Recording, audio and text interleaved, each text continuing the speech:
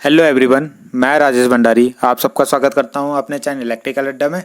आज जो हम नेक्स्ट वीडियो लेके आए हैं वो लेके आए हम क्लास 12 का फिजिक्स का पेपर। ठीक है, वो भी किसका? यूके का, यानी उत्तराखंड का। ठीक है, उत्तराखंड का जो 2022 में फिजिक्स का पेपर आया था उसको हम लेके आए हैं। आज मैं इसके जो है एक एक नंबर वाले क्वेश्चन कराऊंगा। उसके बाद जो आगे के होंगे दो दो नंबर वाले वो हम सॉल्व करेंगे।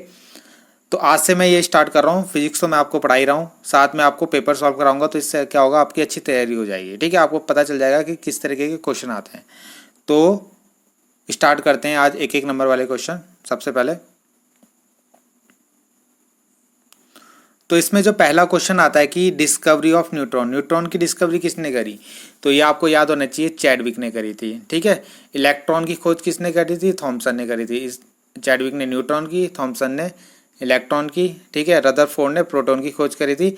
और इससे पहले किसने किसने प्रोटॉन के बारे में बताया था? इससे पहले बताया था गोल्डस्टीन ने। ठीक है, किसने? गोल्डस्टीन ने किसके बारे में बताया था?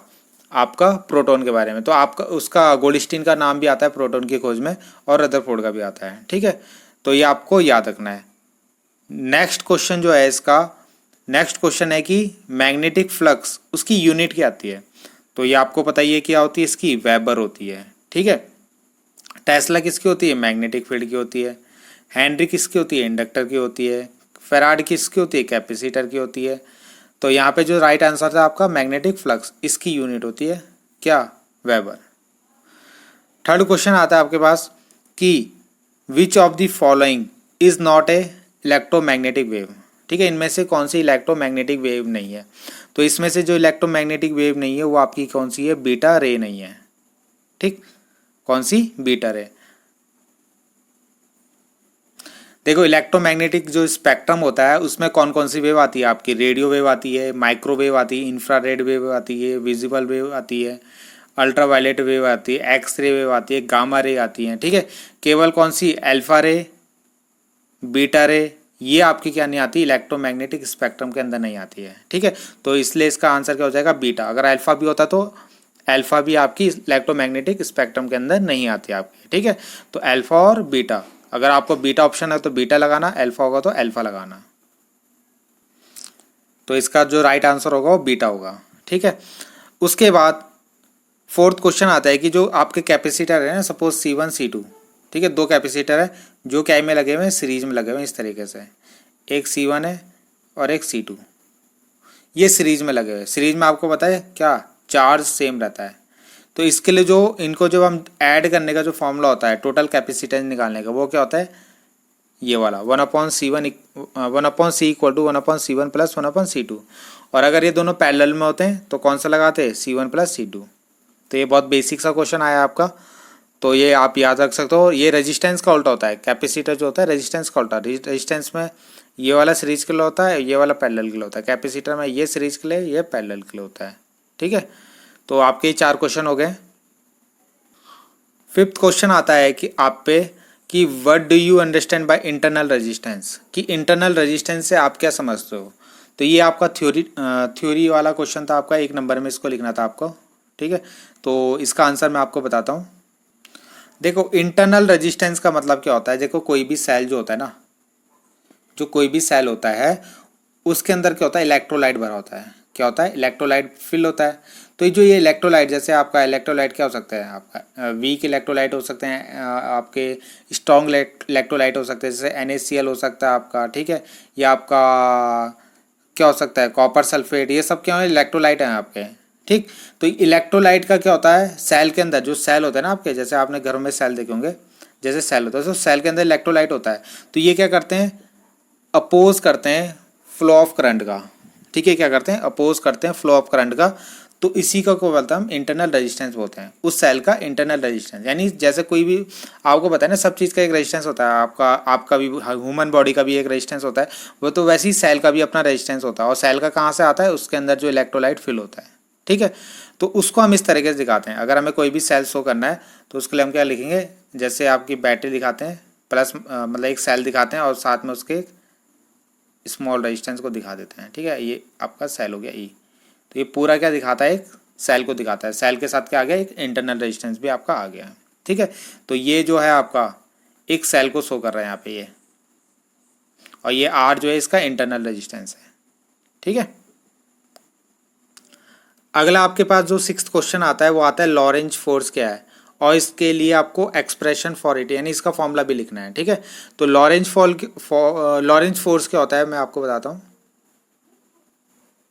तो लॉरेंज फोर्स क्या होता है, जब किसी मैग्नेटिक, जब आपका कोई चार्ज Q, ठीक है, जब कोई चार्ज Q v वेलोसिटी से कहाँ इलेक्ट्रिक फील्ड और मैग्नेटिक फील्ड के बीच में क्या करता है, मोशन करता है। ठीक है, यानी जैसे जहाँ पे आपका इलेक्ट्रिक फील्ड भी होगा और मैग्नेटिक फील्ड भी होगा, अगर वहाँ पे कोई चार्ज v वेलोसिटी से अगर वहाँ पे क्या कर रहा है, मोशन कर रहा है, तो उस पर क्या लगेगा, एक फोर्स लगेगा F।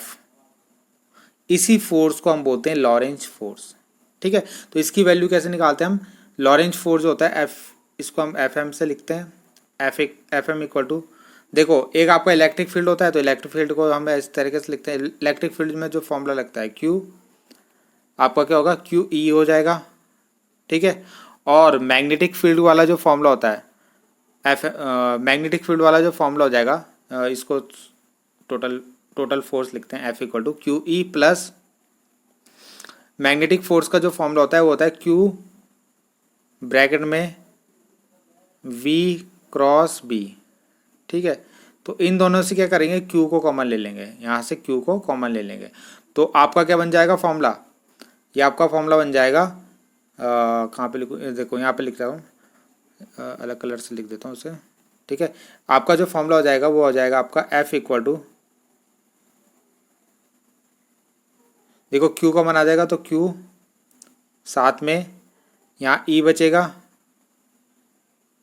Plus V cross B। तो ये आपका जो ये F आया है यही आपका क्या होगा, लॉरेंज फोर्स होगा। ठीक है, तो मैंने लॉरेंज फोर्स बता दिया, जहाँ पे आपका कोई चार्ज v वेलोसिटी से किसी मैग्नेटिक और इलेक्ट्रिक फील्ड के बीच में अगर आपका क्या कर रहा है, मोशन कर रहा है, तो वहाँ पे जो फोर्स लगेगा वो हमारा कौन सा फोर्स होता है, लॉरेंज फोर्स होता है आपका। ठीक है, तो यही हमने यहाँ पे भी लिखा है। ठीक है, the force exerted on the charge particle Q moving with velocity v through an electric field and magnetic field. तो यहाँ पे आपका लॉरेंज फोर्स का फॉर्मूला भी निकाल रखा है, F इक्वल टू QVB, यहाँ से Q कॉमन ले लेना, तो यहाँ से बन जाएगा E plus V cross B। ठीक है, तो यही आपका लॉरेंज फोर्स होता है। नेक्स्ट क्वेश्चन हम देखते हैं कि एक calculate the energy equivalent of 1 gram of substance. तो आपको पता है एनर्जी निकालने का फॉर्मूला होता है mc²। ठीक है, ये आपका आइंस्टीन जो समीकरण होती है उससे। तो यहाँ पे आपको कितना 1 ग्राम का निकालना है, तो ग्राम को केजी में बदल दो, तो 1 × 10⁻³ कर देंगे केजी में चेंज करने के लिए।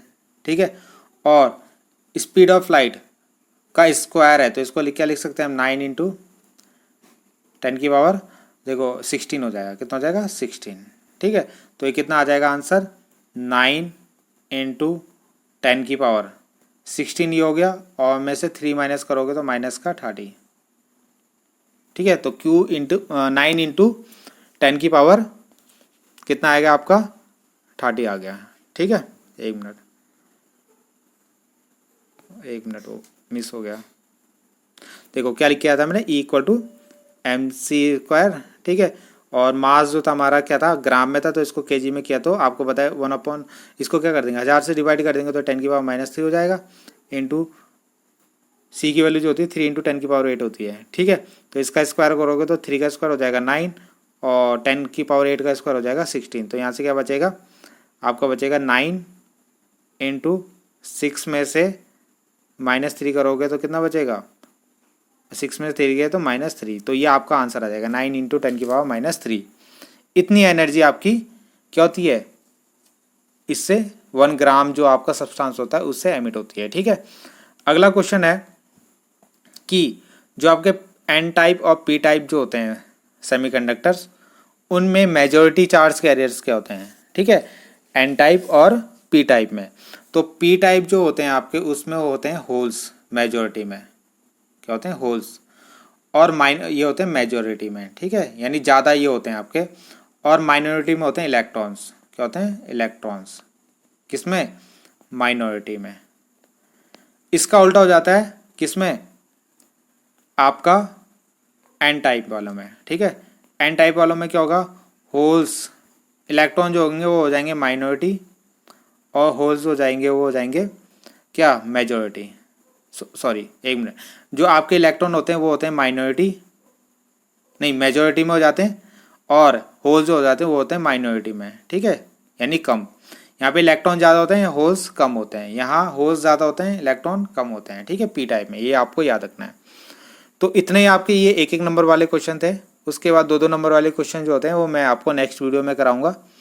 तो आई होप आपको ये समझ में आया होगा। तो थैंक यू।